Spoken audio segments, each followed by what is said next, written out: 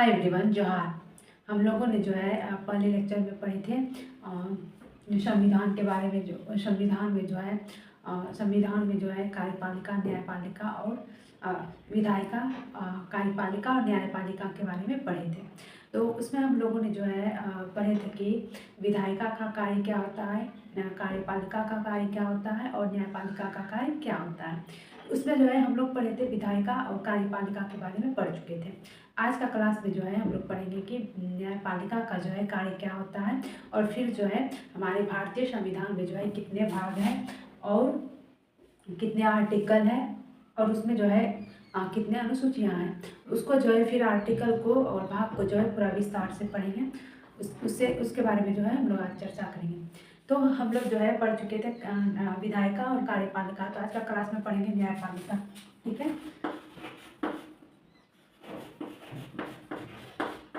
न्यायपालिका। ठीक है, न्यायपालिका हम लोग जो है पढ़े थे कि विधायिका का कार्य क्या होता है, विधि का निर्माण करना।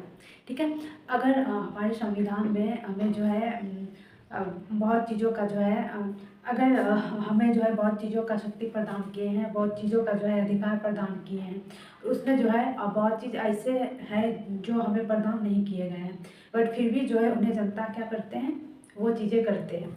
और हम लोगों ने जो है पढ़ा था कि किसी एक के हाथ में शक्ति नहीं होना चाहिए और उसमें जो है अगर किसी एक के हाथ में शक्ति आएगा तो क्या होगा, हमारे अधिकार का हनन होगा। हनन का मतलब क्या होता है कि शोषण होगा, हमारा अधिकार का क्या होगा, शोषण होगा। और इसी के वजह से क्या होगा, लोकतांत्रिक हमें बोला जाता है कि हमारे देश जो है वो क्या है, लोकतांत्रिक देश है, जहाँ पर जो है जनता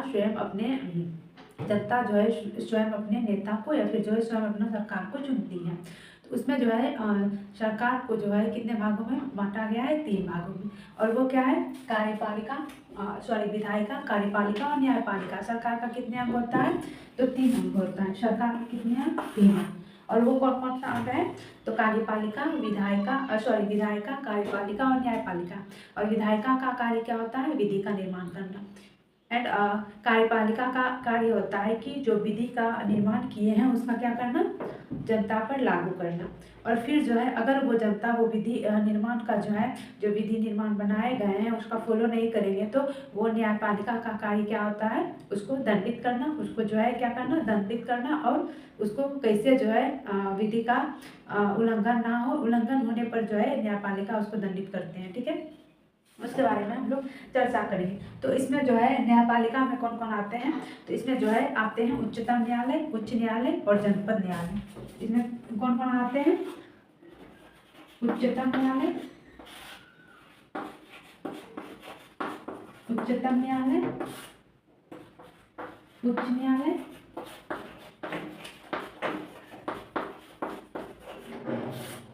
और तीसरा आता है जनपद न्यायालय,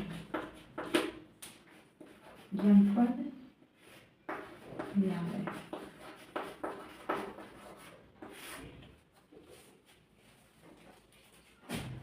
कौन कौन आते हैं न्यायपालिका के अंदर, तो उच्चतम न्यायालय, उच्च न्यायालय और जनपद न्यायालय।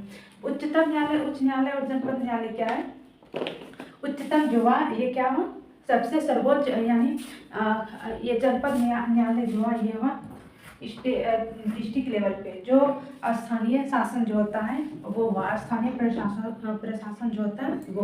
तो इसको जो है डायरेक्ट सर्वोच्च न्यायालय में जो है हमें कोई विधि का उल्लंघन करते हैं तो डायरेक्ट जो है सर्वोच्च न्यायालय में उसको पेश करने का जो है आदेश नहीं है। अगर अनुच्छेद 32 यानी आर्टिकल 32 का जो है उल्लंघन होगा तब जो है जनता या फिर आम जनता जो है डायरेक्ट उच्चतम न्यायालय में जो है यानी डायरेक्ट सर्वोच्च न्यायालय में जाके क्या कर सकते हैं, सुप्रीम कोर्ट में जाके क्या कर सकते हैं, अपना उसका हनन जो होगा, उसका अधिकार का हनन जो होगा तो वो अपील जाके कर सकते हैं डायरेक्ट सर्वोच्च न्यायालय में। ठीक है, अब जो है ये जनपद न्यायालय, अगर कोई स्थानीय क्षेत्र में जो है कोई डिस्ट्रिक्ट लेवल पे अगर कोई विधि का उल्लंघन करता है तो वो केस कहाँ जाके दर्ज होता है, जनपद न्यायालय में। तो ये सब के बारे में जो है हम लोग चर्चा किए। अब हम लोग जानेंगे क्या कि संविधान के कौन कौन से भाग हैं और फिर जो है इसमें जो है कितने भाग है, कितने आर्टिकल है। अब इसमें जो है थोड़ा सा चर्चा करेंगे कि सर्वोच्च न्यायालय का जो है कार्य क्या क्या है। सर्वोच्च न्यायालय का कार्य क्या क्या है, ठीक है। सर्वोच्च न्यायालय का कार्य क्या क्या है, इसके बारे में जो है थोड़ा सा चर्चा करेंगे।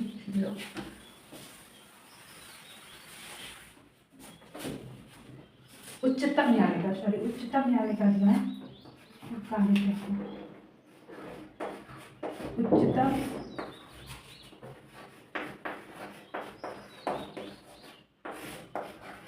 उच्चतम न्यायालय का कार्य,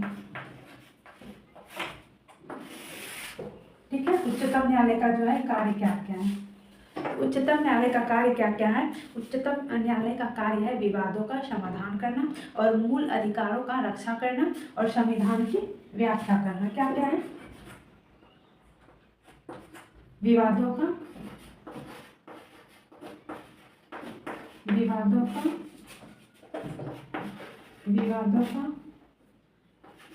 समाधान करना,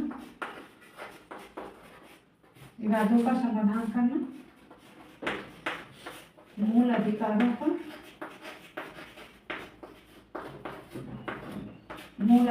का रक्षा करना और तीसरा जो है हमारा क्या है, संविधान का व्याख्या करना।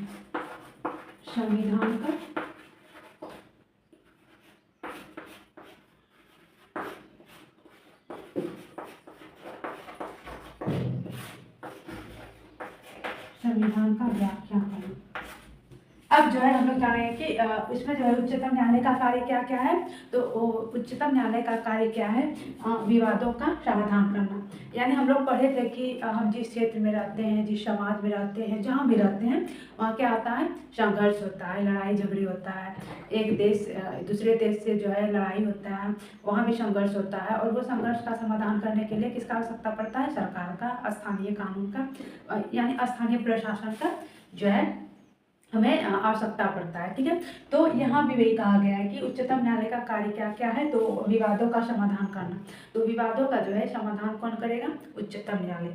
यानी जो लॉ का, जो कानून का जो है उल्लंघन करेगा, जो विधि निर्माण करते हैं विधायिका, वो विधि जो है कार्यपालिका लागू करते हैं और आम जनता या फिर कोई भी, आम जनता नहीं, कोई भी उसको जो है फॉलो नहीं करते हैं, तो डायरेक्ट उसको जो है उसको कौन निपटाते हैं, वो विवादों का समाधान कौन करते हैं, तो न्यायपालिका।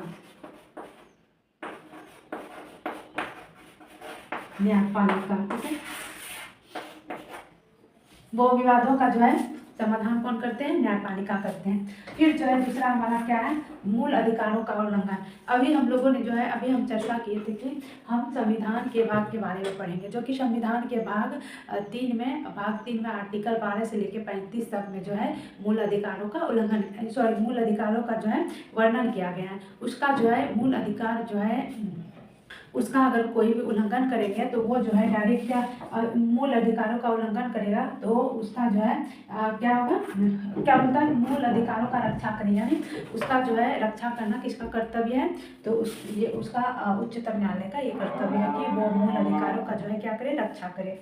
फिर हमारा क्या है कि संविधान का व्याख्या करना। भारतीय संविधान जो है उसको आम जनता तक या फिर जो है लोगों तक ये चीज़ को व्याख्या या फिर ये चीज़ को बताना कि हमारा अधिकार क्या है, हमारे संविधान क्या है, हमारे संविधान में जो है किस किस चीज़ों का उल्लेख किया गया है, इस चीज़ों को जो है किस किस चीज़ों के बारे में जो है बताया गया है, हमारा अधिकार क्या है, किन किन चीज़ों के बारे में जो है इसमें उल्लेख किया गया है।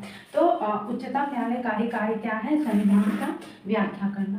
तो अभी जो है हम लोग अब पढ़ेंगे, हम लोग पहले क्लास में पढ़े थे विधायिका, कार्यपालिका और आज पढ़े न्यायपालिका के बारे में, और फिर अभी जो है पढ़ेंगे हम लोग संविधान के भाग के बारे में। संविधान के भाग, तो टोटल भारतीय संविधान में जो है 22 भाग हैं, और जब मूल संविधान में जो है 395 अनुच्छेद था, और वर्तमान में जो है अभी लगभग 470 आर्टिकल हो गया, यानी 470 अनुच्छेद हो गया है, ठीक है, और 12 अनुसूचियाँ। मूल संविधान में 8 था, बट अभी जो है 12 अनुसूचियाँ हैं। उसके बारे में जो है हम लोग पढ़ेंगे। तो सबसे पहले जो है पहला भाग में क्या है,